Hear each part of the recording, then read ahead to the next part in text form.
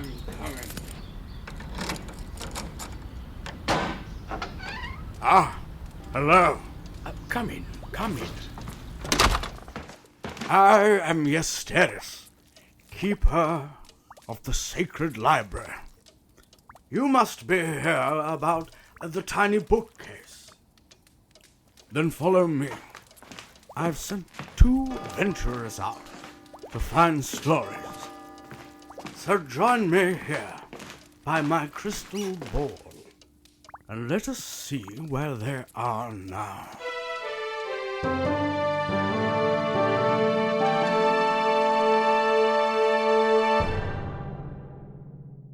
Ta-da! All in all, not bad, I'd say. No, definitely. You can hardly tell which pocket you'd crammed the foam ball into. Right, shut it, you two. Chop, chop. Places to go, people to see. Places to? People to see. But we're in a pandemic, Ysterris. Maybe in your dimension, no such restrictions on the Biblia realm. Now, I'm off on my holidays. I shall need some stories to get me through my break. Don't you even want to know where we are? Let me guess. Another swill hall? Yeah. It's called the Brief Reprieve Inn. Wizards. Right. How about a double whammy? Ooh, exciting. Yeah, rather. Let's start with the prompt, My Rock. Ooh, after you, sir. Most kind.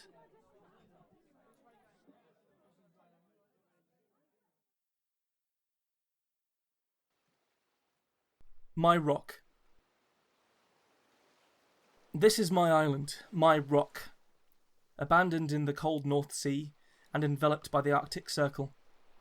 The low tide reveals what remains of the seagull rock, worn jagged by the rapid slashing of waves. I am the last Viking of the rock. I do not know how many years I have been here. My boat bumps comfortingly against the rock whenever I return from fishing. What time I can spend upon the basalt, I do. It is cold under me, just as it should be. The coldness reminds me that I live and breathe. The dark sea would seek to steal it from me. I have named myself Jarl Kolbin, after my spiritual ancestor. So keen was he to reach my rock that he smashed his boat upon it. I have taken greater care with my own longship. The clinker-built hull contains everything we need, the island and I. Fresh water, long waterproof capes, nautical maps, and the tools I require to fish these dark waters. I am the lord of my islet. I am the Jarl of Seagull Rock. There was a time that the others that roamed these waters would come and find me for news of my rock. How has it changed, they would ask. Do I need their help? What happens at high tide? I reply simply and often confusingly. They do not deserve my knowledge or my rock. They abandoned it to the waves. Things as strong as my rock should not be abandoned. Their boats and submarines now pass us by, unthinking and afraid. They do not want to think of my rock, lest the same happen to their rock. I often sleep upon the rock at low tide. From it, I summon hard dreams of the past, of grander times and wider minds. Sailors and warriors placed their hands at the edges of maps, then pushed. As the tides rise, I try to keep my flesh against my rock, until the cold waves lap over it and carry me upwards. It is then that I fish. My broad nets drag up twitching denizens of the deep, and I eat them. Sometimes the puffins dive to steal my fish, leaping from my rock. I bare my broken teeth to them, and they know I am willing to start a war they will be unable to fight and win. At other times, their company is a small reminder of the life that could teem upon my rock, were the sea not stealing it. There are times when I am returning from sea, and the tide has not yet lowered enough for my rock to be free. It is then that I feel the fear of what will come next, when my rock is gone, and I have nothing but a wide ocean to stand on. The cold crests of sea waves will lap over me, as they would over my rock. There was a time, it could have been mere days ago, or perhaps longer. A man came to my rock and tried to remove me. He spoke of the world beyond, and called me by another name. He came upon a small fishing boat. He claimed to know me. But just as my rock is unknowable, so too am I, the Jarl. His body still lies in a hard-worn crack of my rock. It is too bloated now for the high tide to steal it from the clutches of my rock. The boat had supplies of which I was lacking, and so I took them, as a Viking would. I sank the interloper's vessel. Death and to the deep. That is the way that Jarl Kolbin would resolve the matter, and so I did it. I beat at the deck with the heavy anchor until the boards burst. I have no children. It is true there was another time, a time before I was a Jarl. But just as the nascent memories of childhood fade, so too did those of my other life. I did not like the name he called me. It stuck in my mind like a snagged fishbone. I brood and think, trying to remember as I cast my nets far away from my rock. The name and the man begin to shadow my every thought. They cloud my thoughts of fishing. They permeate my rock. I set out to return. My journey stretches past comfort. As the day's grey light is choked by the horizon, I begin to feel that same old fear. I begin to know what I have lost and what I could still yet lose. The dark sea whispers in brutal waves. High winds cackle at my misfortune. The sea has finally won. My rock has gone, slipped beneath the dark. It will not return. I should not return either. I remove the cape that shields me from the spray, and use my hands to tear up the boards of mine own ship. The black water floods in quickly. There is not much time. I use my lines to lash myself to the prow as the ship is swallowed by the sea. I hold a final breath and open my eyes beneath the waves. There is no time below the water. I will not abandon what is mine. I go to find my rock. I really dug that, man.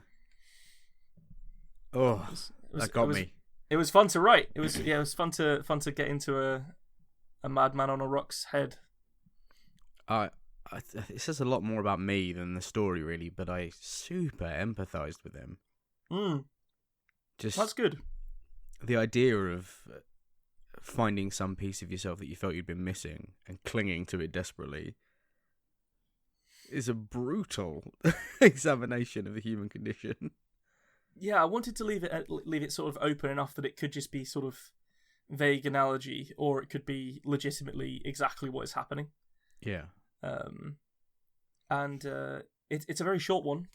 Mine are typically a bit longer than that, but it didn't really need many more words than that. I don't think it was a short and sharp little story about, as you say, like a man who's lost everything and is trying to cling on to what he can cling on to.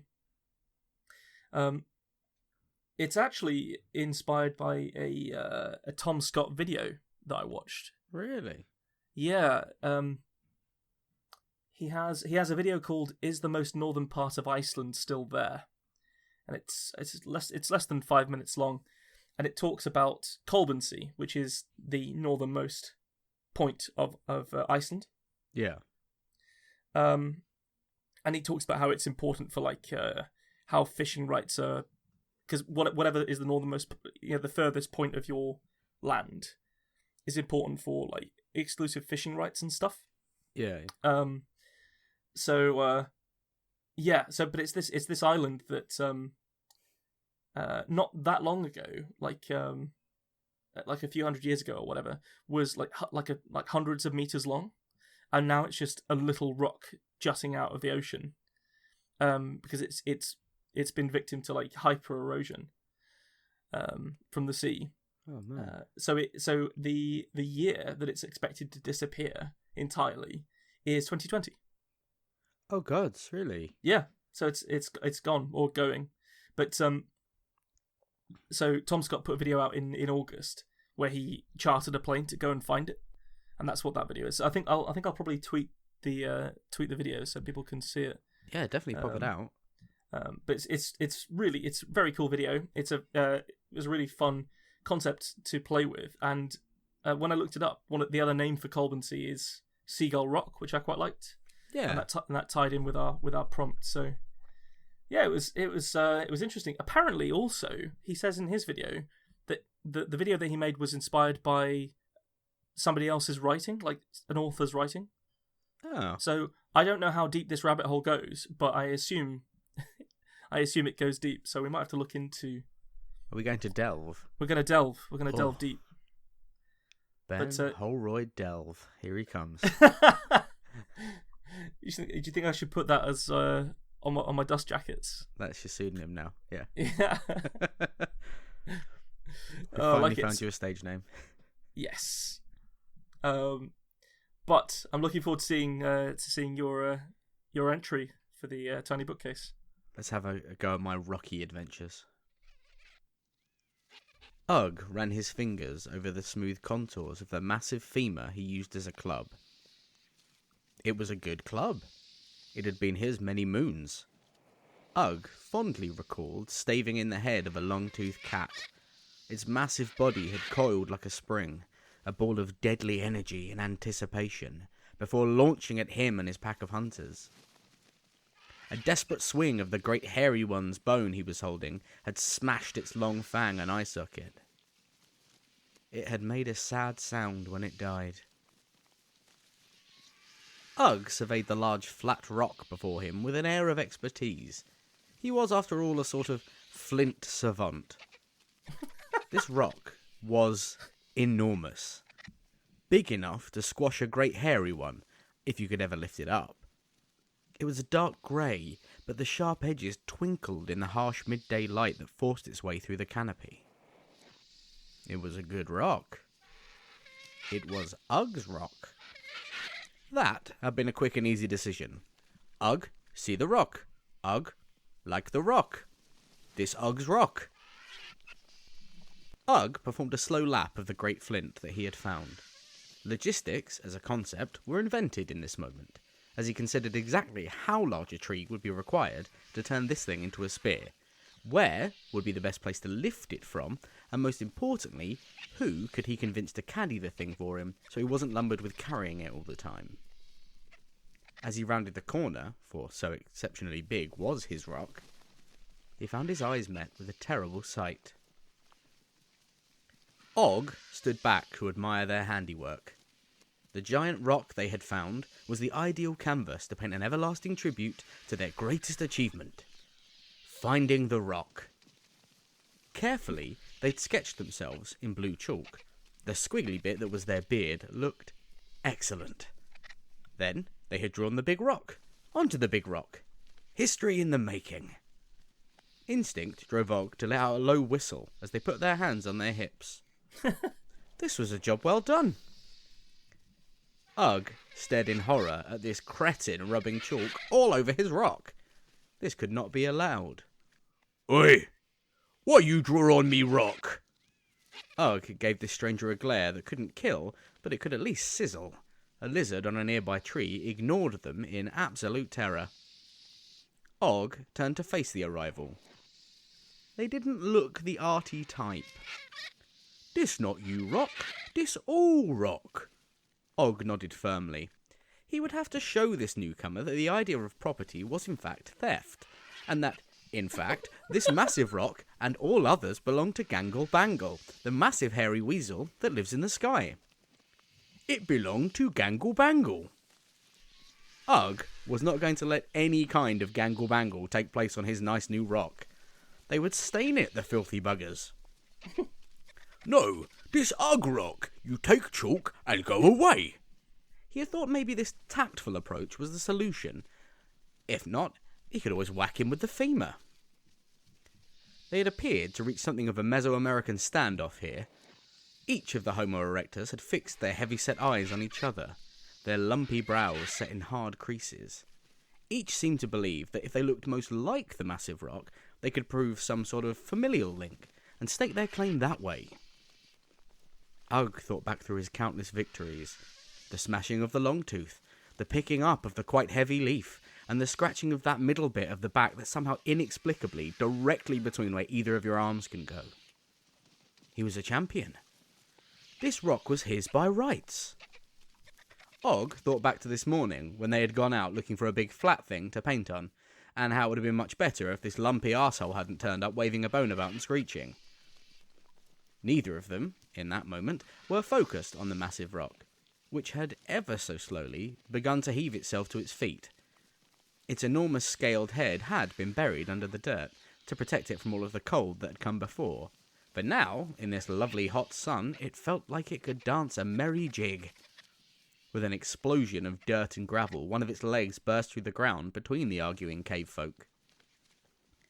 In the interrupted silence, sudden decisions were made. Ugg swung the femur. Og soiled the loincloth. The thick bone shattered as it met the scaled hide of the monumental beast, sending shards of bone bouncing off the startled humanoids.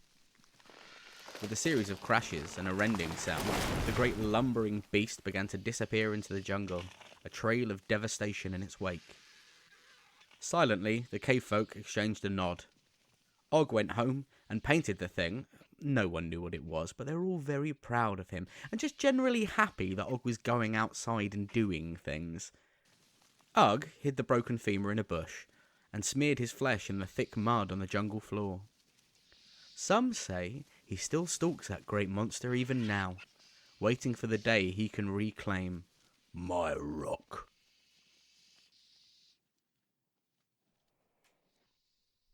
I thought that was fucking hilarious, man. I really enjoyed that story. It tickled me so many times. I have never been happier with a joke than with the words Mesoamerican standoff. Mesoamerican standoff. It was inspired. I also enjoyed he would have to inform Ugg that all property was in fact theft.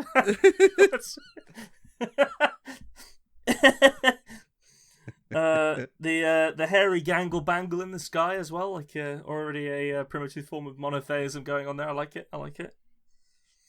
He was this is sort of caveman renaissance, wasn't he? He believed in God. He was doing paintings. It's crazy. Like he was well ahead of his time.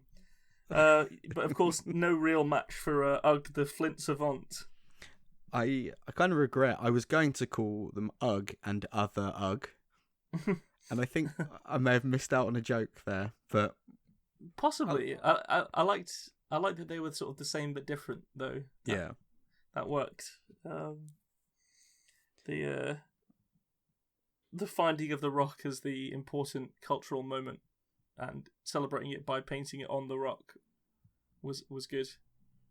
And also the invention of logistics by walking around the rock. True prehistory. I feel like it says so much about us that we both had my rock, and you thought of, a man who staked his life on this place because possibly through madness he was connected to on a spiritual level. And I heard the phrase "my rock," and I immediately thought of a caveman saying, "No, my rock," and then couldn't think of anything else. I was like, no, I'm now bound to write this story. It's the way to go, man. It's find the flow and run with it. We've written a lot of stories for this first season. So many. It's actually been really interesting trying to write in different styles, and like we've written 2 each for this podcast, and both of mine are very different to each other. But I am noticing like hallmarks in the way I write. I actually purposefully didn't use the term seed in my other one because you had pointed it out. Because I called you on your use of seed. Or seed. I really would like to know if I'm doing that. If there's anything that I'm doing that's like, if there's a word choice or phrase that is consistent between my disinteresting. Just disinteresting. Yeah, there we go. It's been great writing all these stories. We've been really enjoying it through season 1. This is episode 10 now. And we've, as Nick said, we've written a lot of stories, but so actually have our guests as well. It's been really fun having other people on with prompts that have come from the people listening to the podcast. Oh, definitely. And as all writing towards the prompts and and seeing what comes out. I think it might be quite fun to have a little look back and see what were our favourite moments and stuff. What do you think? Yeah, I'd say so. I know which one of your stories was my favourite. Oh, really? You know, off the top of your head, really? I immediately. Oh, Right, actually, okay. no. Now I'm between two, and they actually both come down to your performance in them. Ah, okay. I It hadn't does- thought of Go on, sorry. Stuffed. Stuffed is the one that came to me second, but I Oh, love that story. Where I went full sexy beast. Yes. With, Ben But Kingsley. it's really well told. Oh, thank you. That's but very kind. A lot of it is through the characterization, because I absolutely bought into the characters because of it. Mm. But the other one was Secret Files for a very similar reason. Your portrayal of the Prime Minister who shall remain nameless Yeah. No idea who he is. couldn't be based on anyone in reality. No, Doctor. That whole story had me gripped like the whole time. That deep, intense fear all the way through of, oh god, I'm just genuinely uncomfortable, like listening, because I know something bad's gonna happen, and then it's worse when you're right. It's interesting that they're both the real world ones that you've picked. True. The seemingly real world anyway, apart from possibly the weird magic and stuff. Well, yeah. But like, you know, the sort of Guy Ritchie sort of gangster and the sort of dark politician in the modern world. I enjoy writing those stories, but I've never actually really written anything like that before this podcast. It's all been fantasy and sci-fi. That may have been a big part of it, because I could, like, you can feel you flexing your like unused muscles in that. Right. I think yeah, it's because that makes sense. that's a new medium to you. You've got so much to use for it. Whereas, you know, if you're pushing yourself to write like low fantasy or I guess essays, you're gonna find yourself possibly falling back on things you know have worked before, or Yeah, I mean, I think if anybody follows us on social media, you'll already know. But I'm currently doing NaNoWriMo, yes, which is where you try and write a novel in a month, and it's a fairly high output of just wordage, and the novel that I'm writing is it's quite interesting to just sort of be writing the same thing for thousands and thousands and thousands of words. yeah. It's something that I haven't really done before. Like I think the longest story that I've written before this podcast and before that month was about 10 or 11,000 words long. That's still quite long. It's quite long, but it's not. I mean, it's not a book. No, like it's sort of verging towards the lower end of a novella. But the idea is to end up at the end of November with 50,000 words of this novel. So we'll have to see how that goes. But I've actually found that if you push through that, it's not quite the same as writing lots of short stories in the same vein, as you say, like low fantasy or whatever, because then you're having to find new ways to reinvent the world and the magic and stuff. What you can do in a novel, which you can't really do in repeatedly doing the same style for short stories, is you can just get deeper and deeper and deeper. Yeah. So that's been interesting as well, and I've very much felt like this writing all these stories for the podcast has prepared me really well to go into that writing process. So it's been fun. Glad. Yeah, for sure. I'm just trying to think what my favourite one of yours is. Like, you've made me laugh so many times over this season. It's been so much fun. You know, I don't think any of yours have like lacked the sort of entertainment factor at all. Like, they've all been really engaging. I think I'm a bit of a sort of sad sack, so I did really enjoy the one for the fisherman that you wrote, which was the sad dog. The sad dog. Yeah, that was that seized me quite strongly. They're always just like, I get the same enjoyment from reading your stories or listening to your stories as as I get from Pratchett and to a certain extent Douglas Adams as well. Like there's at least 3 or 4 times on a page there's going to be a really fun turn of phrase or joke or idea that just lights up. And it's been really cool seeing you do it in different medium, like in different styles and stuff as we've gone through the season. Thank you, man. I think nothing of it. I'm sure we're quite good at sucking each other's dicks on mics by now. This is. I want to do a couple of guest shout outs at the moment though. Yeah, go for it. Number one, from Ian visiting us. I'd like to mention Hashim, who works on the desk. Oh yeah, speaking of performances, that was an amazing performance, wasn't it? Just absolutely unexpected and brought me true delight. And if we're doing performances, Mr. Declan Khan, radio presenter extraordinaire. Just before we go into Declan's, so if anyone hasn't yet and wants to hear Ian's story, with Yeshim and that performance, that was in episode 4, Secret Files. Yes, very good. And then in 8, which is Declan's one. 8, yes.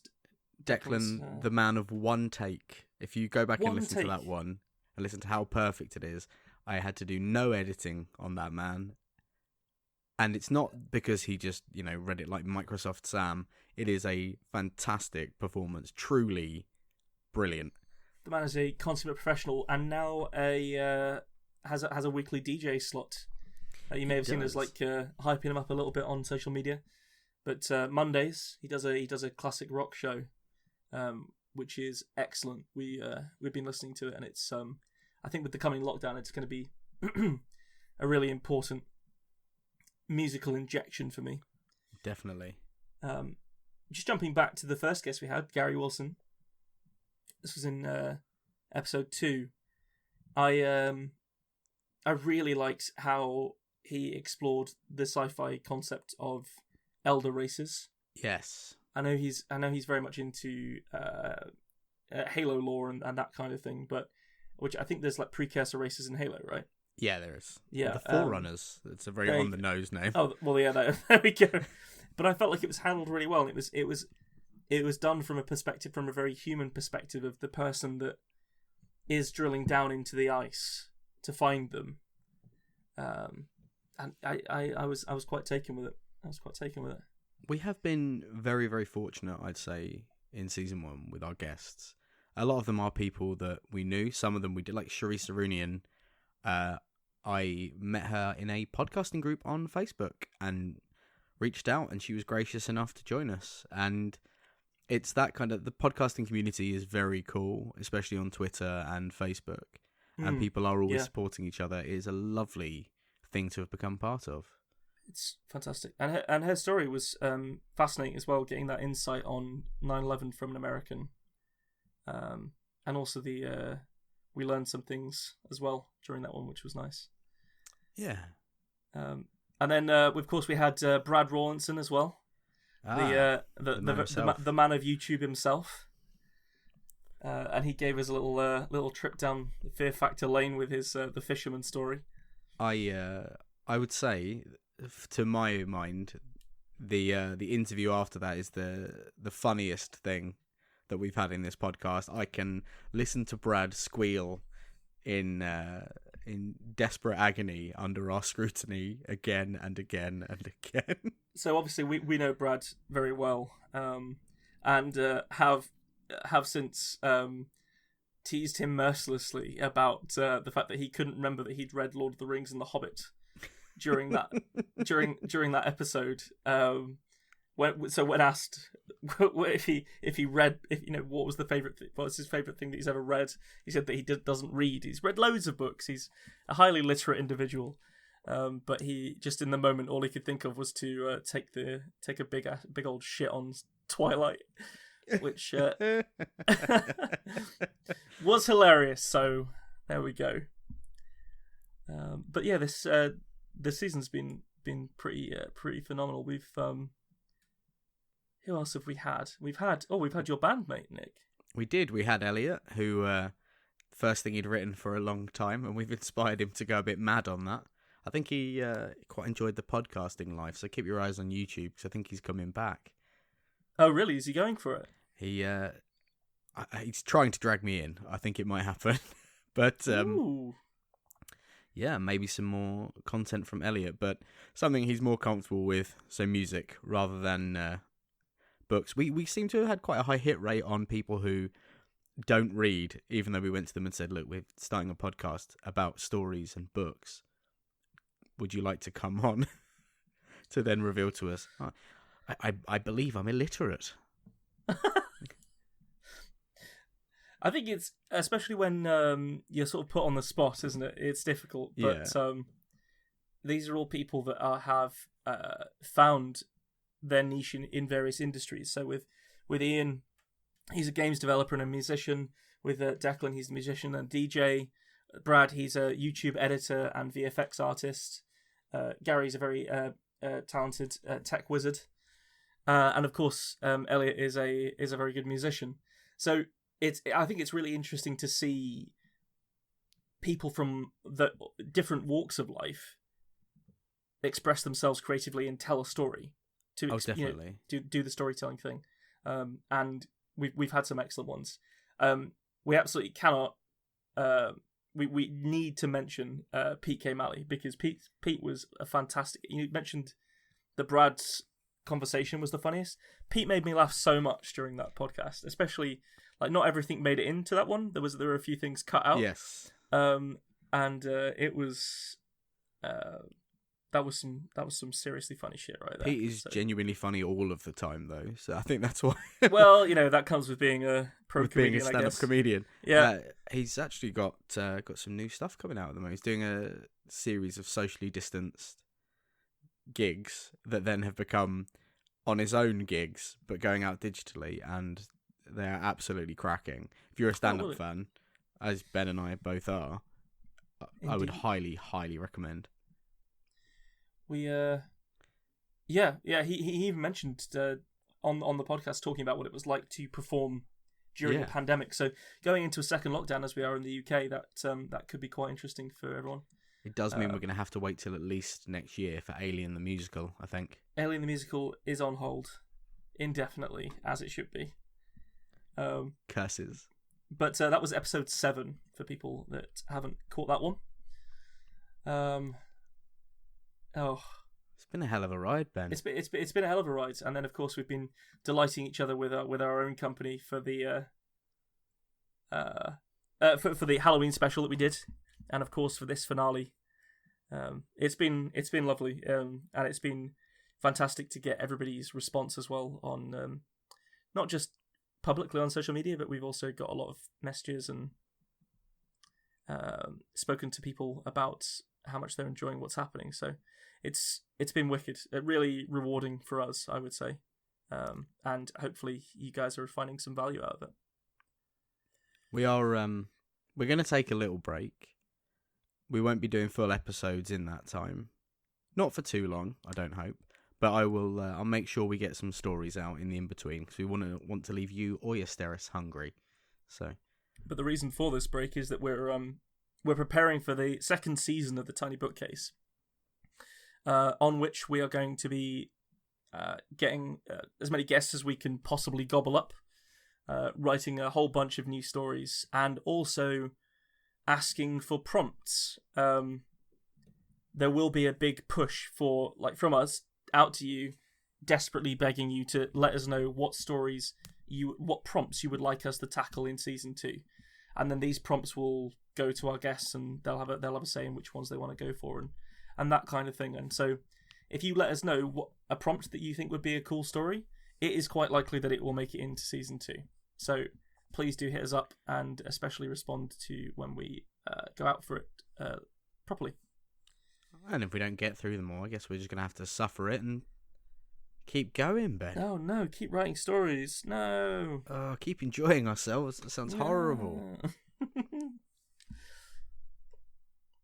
Oh, just on a final note before we hit our second and final story of the season, we're going to be putting together all of the stories that have been written I believe it's all of the stories, into an anthology and self-publishing it on Amazon.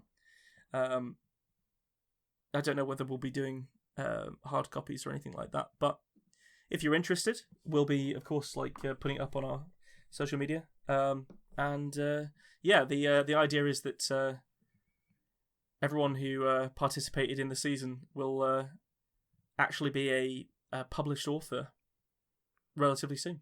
Which for a lot of us is a lifelong dream. So we've managed to, with all of your help out there, do something incredible. Yeah, it's been brilliant. Right, but let's hit some more stories, shall we? We shall. And I think to commemorate this season, we've got the perfect prompt. 1. 1.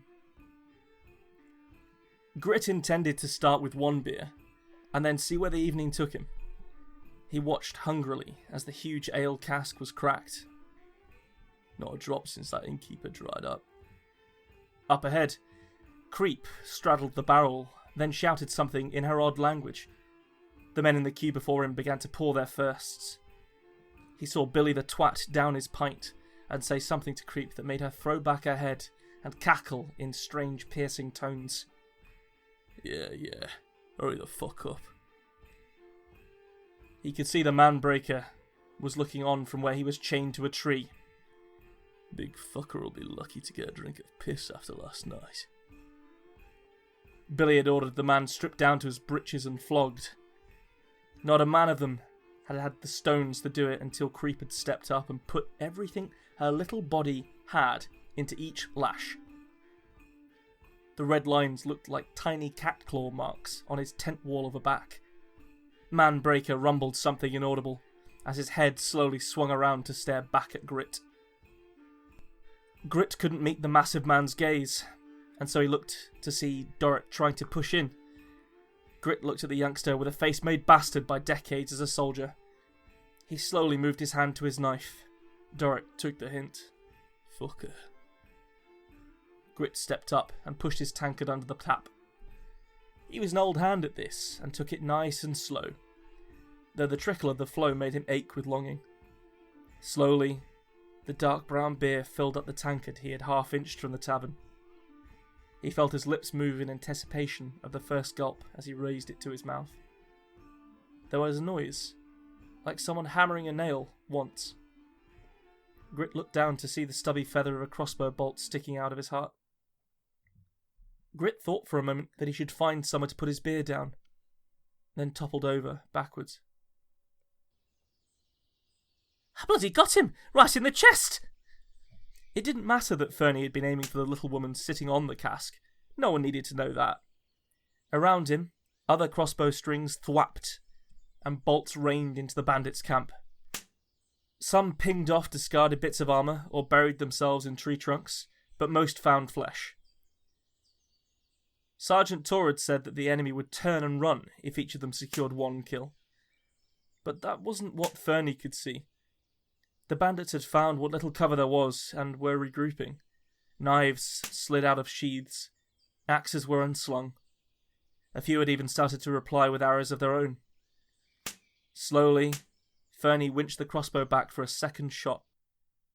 He brought the stock to his shoulder and looked around the camp for a target. That little woman gave me the creeps. Where the fuck did she go? He heard shouting from behind him. That didn't sound like orders. He felt warmth in his crotch and looked down to see if he'd pissed himself. Blood poured out of his belly. A small hand was working a knife into him, widening the hole. Fernie screamed and pulled away. He lashed out with the heavy stock and felt it connect. In front of him was the strange girl he had been searching for. His crossbow had caught her in the eye, turning it to jelly. She advanced on him, bloody knife held low, not seeming to care. Fernie ran. As he turned, he caught a momentary glimpse of the axe blade before it bit into his face. Dorrit tugged his axe out of the man's skull. Creep screamed something at him in her foreign tongue and knelt over the boy. She seemed annoyed with him for killing the bowman. He watched as she squatted over him and stuck a knife into the eye socket. With a twist of her wrist, she popped the eyeball out. She looked up at Dorrit with her one remaining eye and met his gaze before putting the boy's eye in her own mouth. Creep bit down hard and then spat the mess out at his feet. The world around him became unbearably loud. Every sound made a rumble. Dorrit doubled up and spewed his breakfast onto the carpet of autumnal dead leaves. The world span as he stood up. Creep was gone, but people were fighting everywhere. Got to get out! Got to survive! Dorrit moved away from the body and tried to make the world stop spinning by breathing deeply. He looked up at the sun, low in the sky. An apparition rode out of it. His steed was an earthy brown, the barding picked out with greens and gold. In the saddle, the embodiment of chivalry was high in his stirrups. Emblazoned on his sea-green tabard was a creature that was half lizard and half eagle. His helmet shone silver in the sunlight. Dorrit squinted. A knight! I always wanted to see one. The knight's long sword caught the rays of the sun as it swept down in a perfect arc. Fucking peasants. The boy's head tumbled away from his body, and Sir Venar rode on. 3 hours a day, for 365 days of the year, for 15 years. Riding lessons, swordplay, quintain, sweaty buckles on used armour. And now look at me. Fucking glorious. His father had been thrilled when Venar told him he was going to kill the bloody bandit. A new horse, new armour, and a new sword had all been forthcoming. No mythic bandits here, though. Just fucking peasants caught holding their pricks. He idly chopped into the head of a bandit as he spurred past. Through the slit in his helm, he greedily sought out someone he could win glory by killing. Someone was shouting nearby. Free the big fucker! Do it now, you fools! Sir Venar looked around and saw a grizzled, middle-aged man who looked like he might have been the one shouting orders. He'll have to do. Venar dug his spurs in, and the horse leapt forwards. The man slipped to Venar's right, but he threw a perfect backswing at him. Surprisingly, the man parried with his falchion and moved again, forcing Venar to turn his horse. The stallion reared suddenly, and looking back he saw that a one-eyed little woman had managed to hamstring his new horse. Fucking bitch! With practiced speed, Sir Venar kicked out of the stirrups and leapt free of the panicking beasts. He rolled in the dirt and managed to get his feet under him. He sprang upwards with the shriek of metal on metal as his new armour ground together in the joints.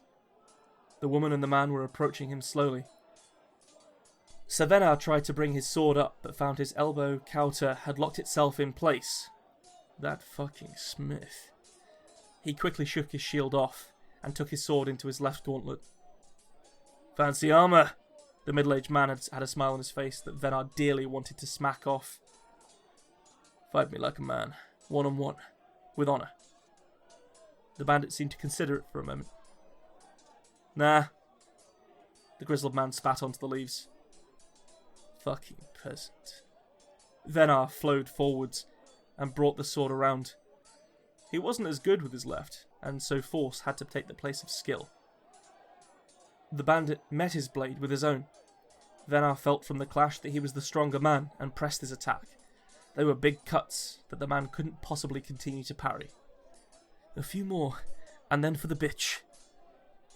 The woman sensed her lover's end and ran at him, but Venar kicked her viciously in the stomach.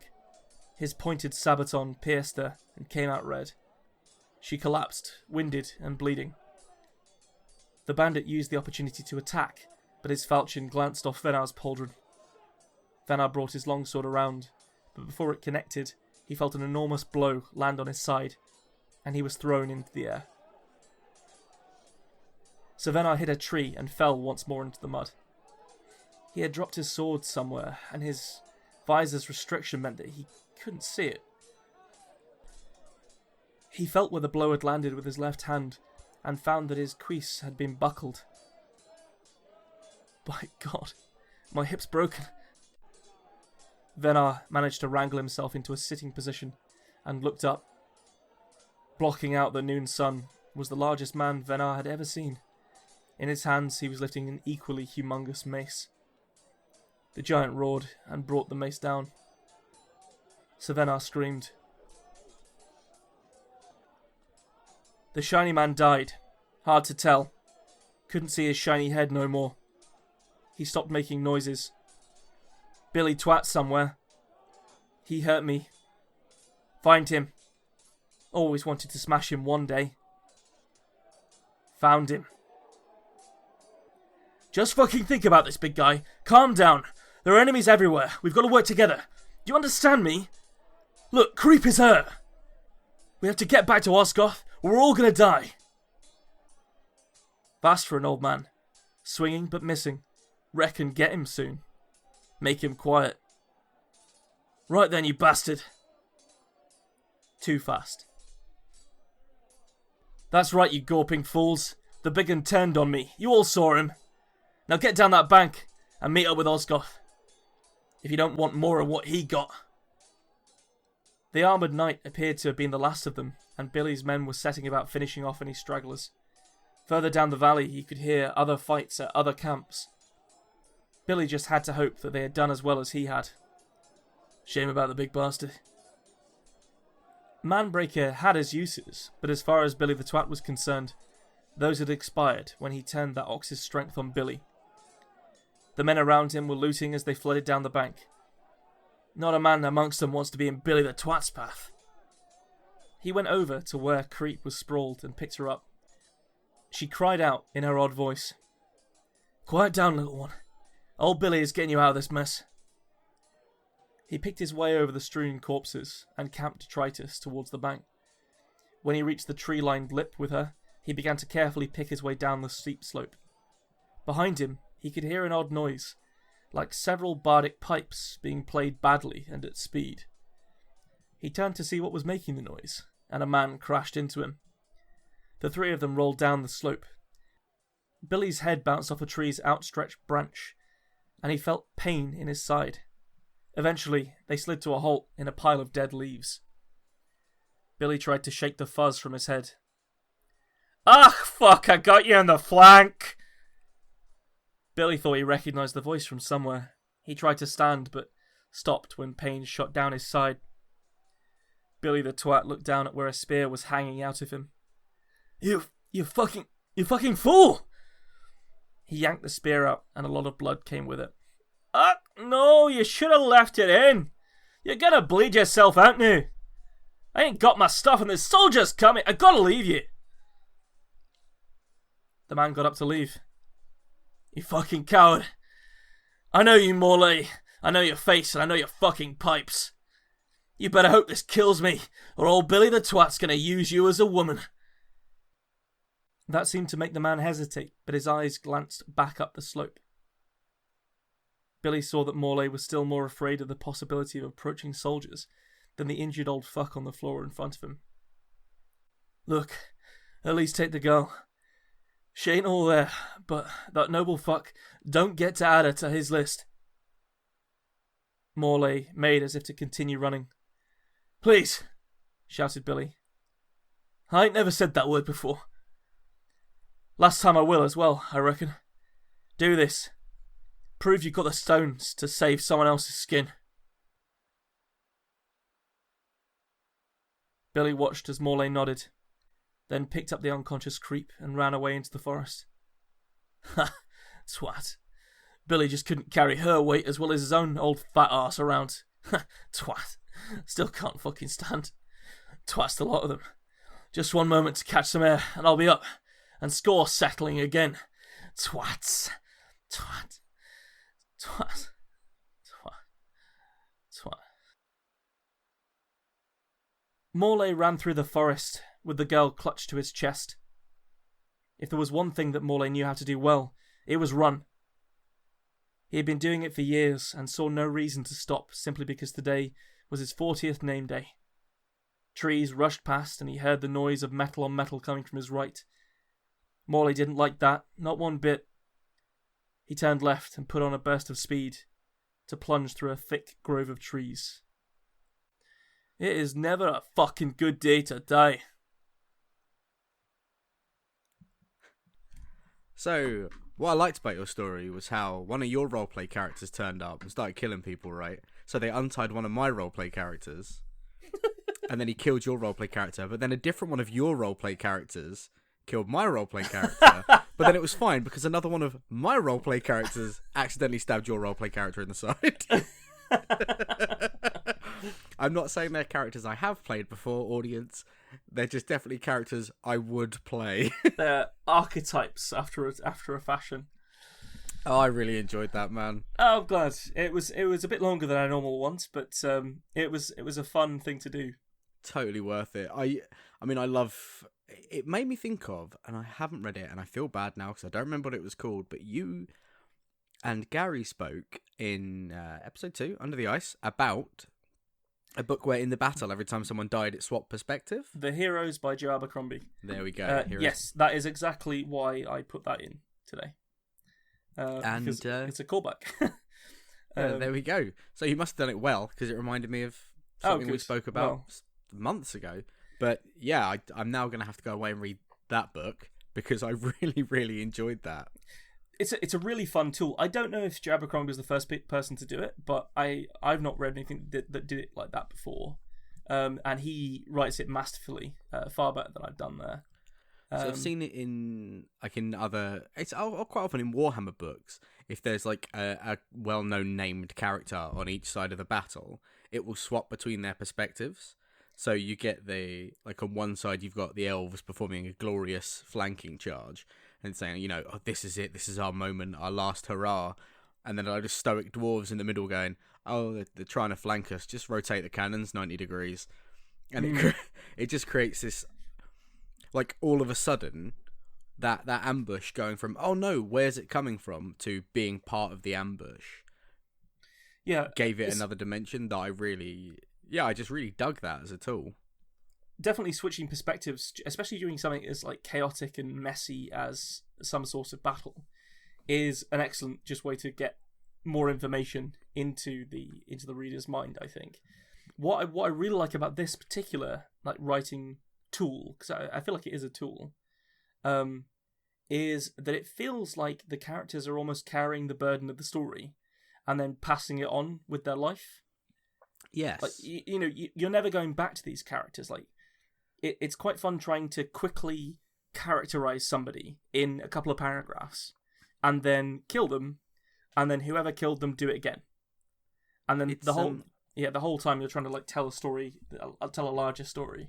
We need a term for it, because if it was happening slightly differently, it would be dramatic irony. If we knew that they were going to get ambushed before them, but knowing who the ambushers are by being them just after is a new flavour of dramatic irony, because the characters you were with before still don't know, but now you do know, but you're not that character anymore. Yes.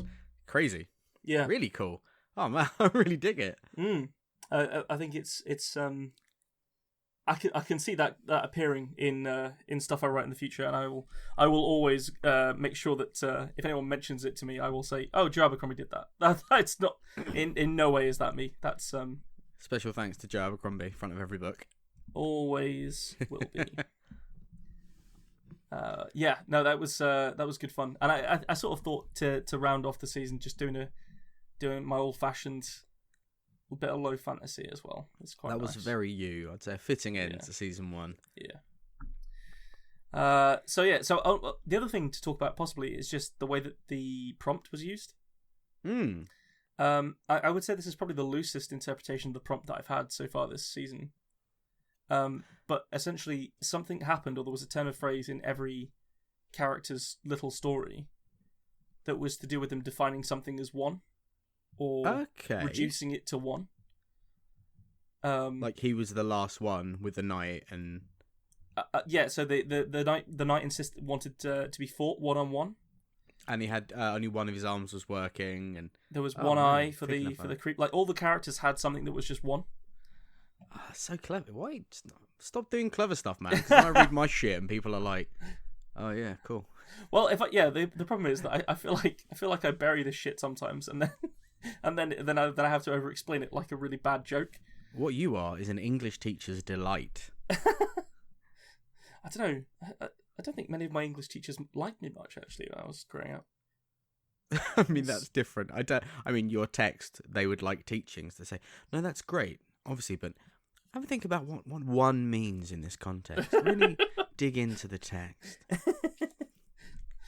I'll tell you what, I will actually give a shout out to a secondary school teacher of mine.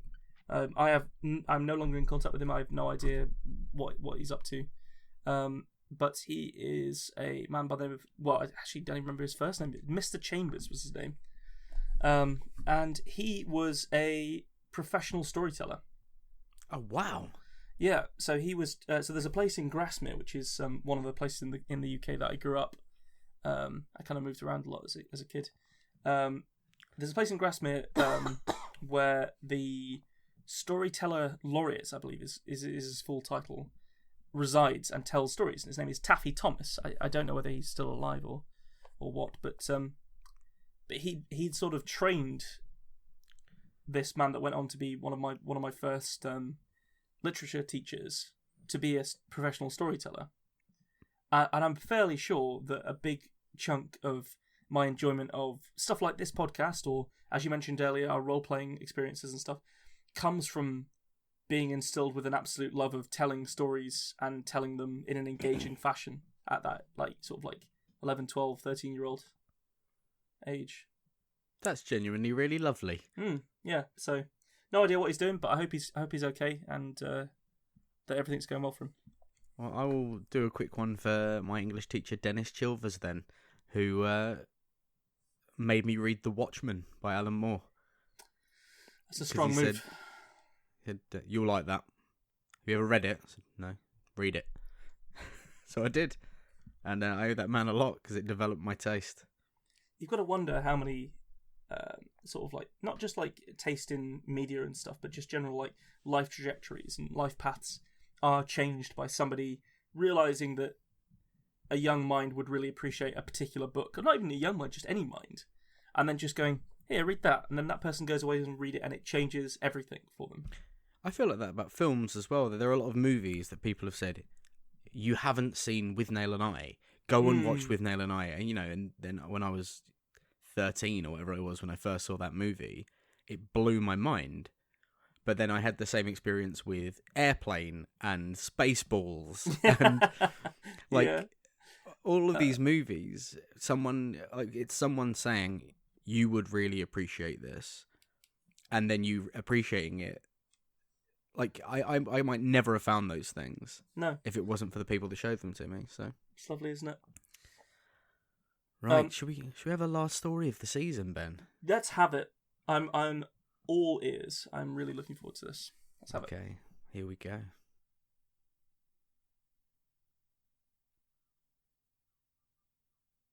When I was 7 years old, my mama taught me the most important lesson I ever learned. Being the prettiest girl in the room makes you the most important thing in the room. This, of course, is multifaceted. To the straight man, you are a prize to be won. No more having to open your own doors or buy your own drinks. To the other women, you are someone to be feared and to be envious of. Why? Well, because you are simply better. I used to feel a thrill when I'd see those movements that meant hushed voices, questions like, why are you looking at her? Trap men in unwinnable contests of wits. I mean, you can't say, well, honey, she has incredible tits. It's why he was staring, but he can't say it. She sure wants him to because she's mad at me for being better, and has to take it out on that poor sap somehow. Regardless, she will be miserable all night, and he will squeeze out a secret orgasm in their ensuite that night, his heavy breaths desperately hushed as it comes for me. Never in or on me, God no, but for me. Powerless, pathetic, and frankly, my norm. I learned so much from my mama. I sat patiently in the back seat of her busted-out Camaro, watching the flustered cop that had pulled her over adjust his collar as he stared into that tight, soft, sweaty space that was her cleavage. I watched his hand caress her perm as she bobbed away on top of him. The passenger door of his car thrown wide open, his voice carrying all the way to me. Now, she was not as pretty as me, I knew that. No one was, but she showed me how to use everything she had. I never went without anything. Her wonder bra and my baby blue eyes achieved the impossible. Cocktails for Mommy and brand new makeup and purses for little old me. In high school, my homework was done for me. I never even needed to suck a cock. Just the idea that I might. A hand placed on some AV Club freak's thigh, withdraw slowly, leaving the soft memory of nails scraping them. Watching that little bulge grow in their slacks and knowing they would desperately stroke themselves into a frenzy because of me, it made me feel powerful. I was the prettiest girl in the world. My gym teacher thought so too. His thick, muscular arms were a pleasure to look at, and I gave him my throat willingly. It was our little secret, he said. My D-cups had drawn his attention. I wasn't like other 13-year-old girls. I mean, it hurt when he took my virginity. It hurt when he didn't tell me he loved me back. I'm sure it hurt when I told everybody what he had done. I cried just like my mama told me to do if I wanted to ruin a man.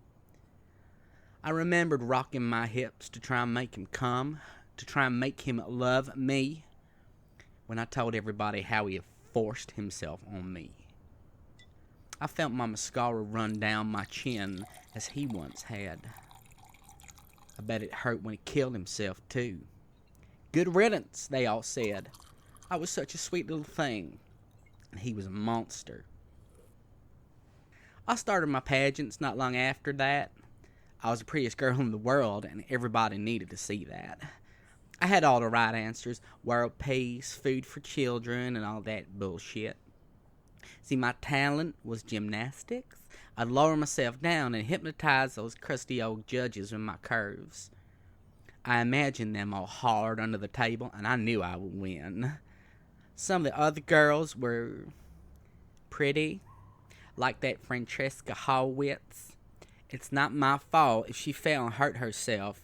See, ball gowns, they're big and they're hard to walk in, y'all. I cried when I found her at the bottom of the stairs. Her makeup was all spread across her face, and her left leg was sticking out all funny. I ran right and told the judges where I'd left her. Where I found her. I love winning my contests. I love being number one. I love hypnotizing men with my body, my weapon.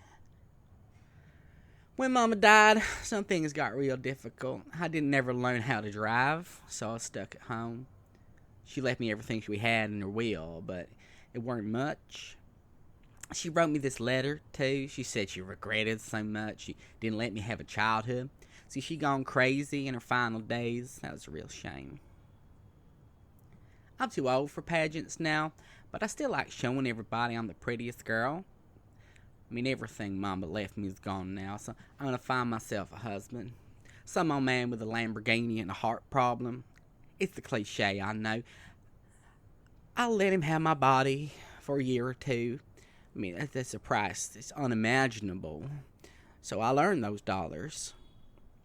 I am earning my own dollars right now. Not like I would from my husband, but I'm making movies. My mama always said I could be one of them Hollywood stars like off of the TV. I don't dislike the work. I'm real good at it. Some of the men have big arms like my first love. I do give them my throat willingly. $800 a day ain't bad, and none of them hurt me or nothing. It's just for a little while, till I find a husband and get back to being number one. Prettiest girl in the world.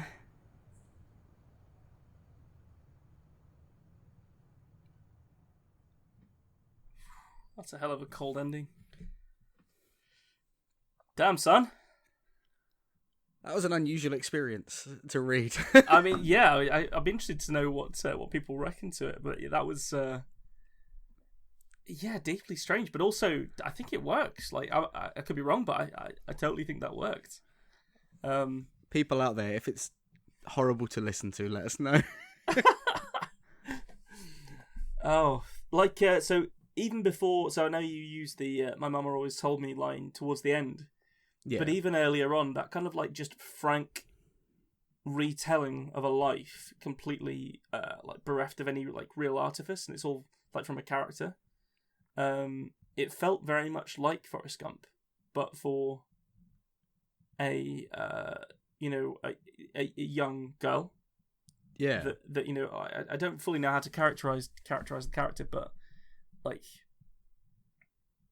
this person that had basically been given no other option from a very young age than to harness her like physicality and attractiveness and all the rest of it.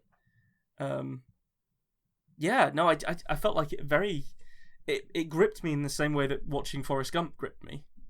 Fucking hell, that's a compliment, man. Yeah. Like it was. I feel like that would work as a feature film. I don't know whether it already has somewhere, but like that particular idea like felt really good. Like very much like somewhere between Forrest Gump and Lolita. Like yeah. I think I always find that idea of women being taught no value beyond how they look. To me, it's always been a great tragedy, and it's so far from my own like life perspective and my experience that it's why I wanted to write it. So I really hope it doesn't come off in any way to anyone listening as like insincere or unkind, but it's just that's something that I think I find it upsetting in the real world. So bearing that in mind, why a sort of like a Midwestern American woman, like a girl, in terms of the voice and the characterization and the time and the place and stuff, why in particular that to explore that idea, do you think? I think it's like a rotten tooth in the mouth of America for me. Like when I think about this kind of, I mean, it's a pageant girl. Yeah. That, all that matters is winning a pageant. All that matters is being prom queen. It's such a strong part of the American ideal that we just have. I mean, we've got girls here, obviously in England, who being pretty is everything, but it's like a whole lifestyle you can build in America. It's true. Just thinking now, like it's sort of prom queen turned sort of sociopathic murderer, isn't it? It has actually got a bit of a Stephen King vibe to it, I think, yeah, it was a fairly complex exploration of it, but I think it does work to set it in that time in that place. Very strong, I thought. I liked it. Thank you. I would read a book of that. Oh. November next year, folks. Yeah, just hit up that NaNoWriMo, man. Oh, wow. Well, 2 stories in 1 episode. Aren't you a lucky lot? What a journey it's been. 4 stories in total, I guess. What a journey. We've had a hell of a time, as we've already said this episode, but we, in particular, are looking forward to going forwards into season 2. And we hope you'll come with us and give us some prompts and have some fun. And for the last time this season, I'm going to say a big thank you to 3 people who are our top tier Patreons, and you could be one of them. If you search for the Tiny Bookcase on Patreon, or probably on Google, it'll be quite near the top. It's also linked on our Twitter, which is @BookcaseTiny. But you could join us on Patreon. You get bonus episodes. These guys are about to get a T-shirt, which is a bi-yearly event. You could be wearing something snazzy and unusual based on our mad ramblings. Straight from the pen of Nico himself. Yeah, I'm going to just draw directly on the T-shirt with a marker. It's going to be horrible. But no, I'm going to say a massive thank you for your support in Season 1 to all of our Patreons, and specifically to Gary Laird, Scott Byrne, and Matt McLaren for, from day one, giving us absolutely massive support. So thank you everyone for listening, and we'll see you in Season 2. Season 2, baby. Season 2, baby. You're pregnant? My, what an adventure. You'll have to come back another time. Our adventurers are off now in search of more stories. If you'd like to meet our adventuring party, you can reach them by Raven at Bookcase Tiny. Or, alternatively, you can help them on Patreon to fund their adventures. Those tavern ales don't pay for themselves, I'm afraid. But thank you for joining us. Now get out of my wizard tower. I have wizardy things to do. Bloody do-good as always coming round here wanting something